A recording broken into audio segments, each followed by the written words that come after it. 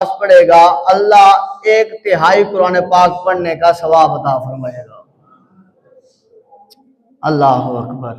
دوسری حدیث مبارکہ ترمذی شریف کی حدیث مبارکہ ہے کہ حضور علیہ السلام کی پاک بارگاہ میں عرض کیا جاتا ہے کہ یا رسول اللہ صلی اللہ علیہ وسلم، جب سے میں نے آپ کی زبان سے اللہ کی توحید سنی ہے نا، قل هو اللہ احد اللہ الصمد لم یلد ولم یولد ولم یکن لہ کفوا احد، یا رسول اللہ جب سے میں نے اس خدا کی توحید آپ کی زبان سے سنی ہے، مجھے اس سے اتنی محبت ہو گئی ہے، اتنی محبت ہو گئی ہے کہ میں سورۃ اخلاص سے محبت کرنے لگا ہوں، میں اس سے پیار کرنے لگا ہوں۔ بس میں چاہتا ہوں جب میرے حبیب کی زبان پر یہ اللہ کی حمد جاری ہوئی ہے، میں بھی یہ کرتا رہوں۔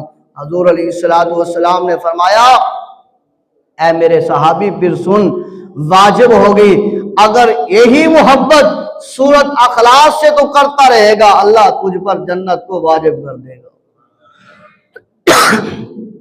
یہ فرمایا سورۃ اخلاص کی، یہ توحید باری تعالیٰ کی عظمت ہے، یہ اللہ کی توحید کا پیار ہے، یہ اللہ تبارک و تعالیٰ کی توحید کے ساتھ عشق کا ایک ذریعہ ہے کہ جو کہ جنت کا سبب بن جائے گا۔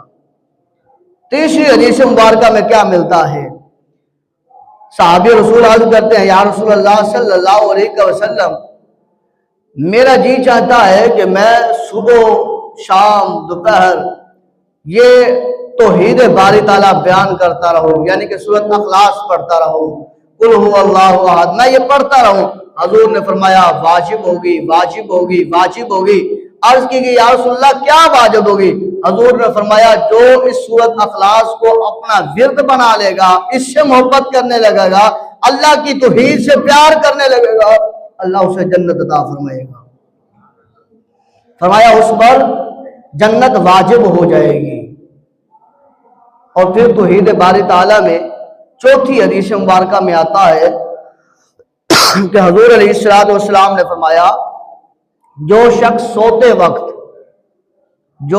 سوتے وقت دائیں کروٹ سورۃ اخلاص 100 مرتبہ پڑھ کے سو جائے، حضور علیہ السلام فرماتے ہیں کہ میدان محشر ہوگا، جب نفسا نفسی کا عالم ہوگا، اس وقت ایک ندا دینے والا ندا دے گا کہ فلاں بن فلاں وہ شخص کہاں ہے؟